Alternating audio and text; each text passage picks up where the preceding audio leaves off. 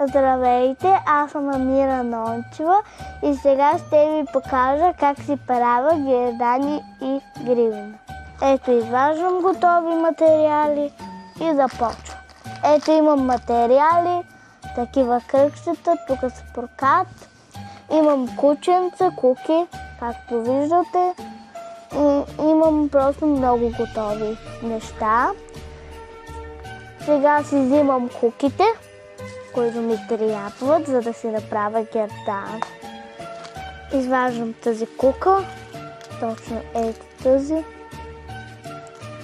Вземам клещите, ето ги, стискам ги, ето така, слагам куката и го отварям. Вземам манистото, слагам го. Така, готово става. Ето, затижваме го. Ама трябва да падне така лесно. Така, сега си изваждам от моите специални етикети. Вземам си един. Така, слагаме гердана, ето тук. Прегъваме го, така. Сега махам тук лепя, за да стане лепящо.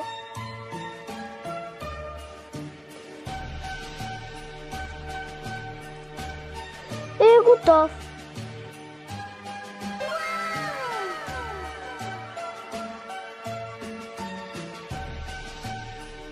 Сега ще ви покажа моите подръчни материали. Тикви са шапки, котата и бетуи, духчета, къщички, такели, печеница като бисквитени човечета. Ето имам 2 модела бисквитени човечета, балони, венци, парфюми. Ето имам и още. Ето ги и моите маниста.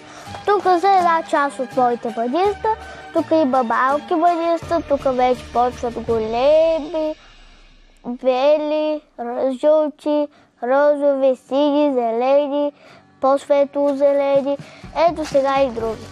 Тук имам плодове, тук розови, тук лилави, тук жълто, тук цветни, ама ти са от малките, тук сини, тук розови, тук лилави. Тук имам такива по-различни цветове, по-пернени. Имам всякакви. Ето имам и балончета, още малко. Ето имам и кученца. Ето е такива. Сега ще ви покажа една част от моите готови гривни. Това съм го изработвала с истински перли. Имам един такъв комплект. Сега правя и такива комплекти. Ей така, с обици, с гривна. Ето виждате, с гердан. Ето имам още една гривна. Това съм го правила от тези маниста, с помощ на тези маниста. Имам едни куки и съм избрала това короми. Имам тази гривна. Това съм го изработвала от перлени маниста, синьо и бяло, с кученци, пак от тези маниста, бяло. Ето имам още една гривна, цветна и с помощ от тези малките маниста, от тук и с едно кристал. За колко годишна Около 5-8 години. Ето имам и гривна, още една, на желирани мечета. Имаме още една на короми, черно, 4 лева струва. Имаме едни много хубави обици на парфюмни, с капачка сърчице. Сега вече ще ви покажа и обиците. Пак катерички. Сега дакели ще ви покажа как става. Ето така. И правя дупчици на тези етикети, за да мога да ги закача. Ето, имам и ветрилца. Имам и още едни ветрилца, само че зелени, друг вид. Имам и още един такъв вид ветрилца, само че това за по-плътни, така черно-бели. Ето имам още две гривни, дето трябва да ви ги покажа. Това е по принцип есенна гривна, но всеки, който я поиска, може да му я дам. Ето тази гривна, тя е двулицева, може да се слага един път и втори път. Ако искате, може и един, както вие прецените. С тези нещица правя герданите. Те са много удобни и правят всякакви гердани с тях. Ето, сега с тия мечета.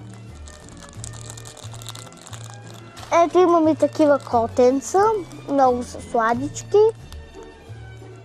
Имам и такива обици, само че с чупливки, както аз им викам, защото много лесно се чупят и трябва да внимавате с тях.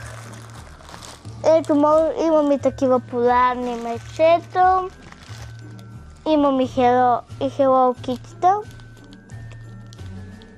Имам и повтарящи се обици. Ето и Ейчи, те са много хубави момичета. Имаме просто много неща.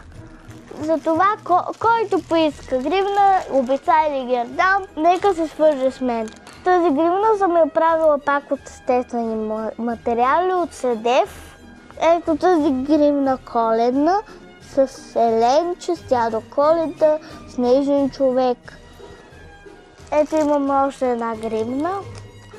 Ако искате да си купите гривна, обица или гердан, пишете в коментарите. Сега от мен, благодаря ви!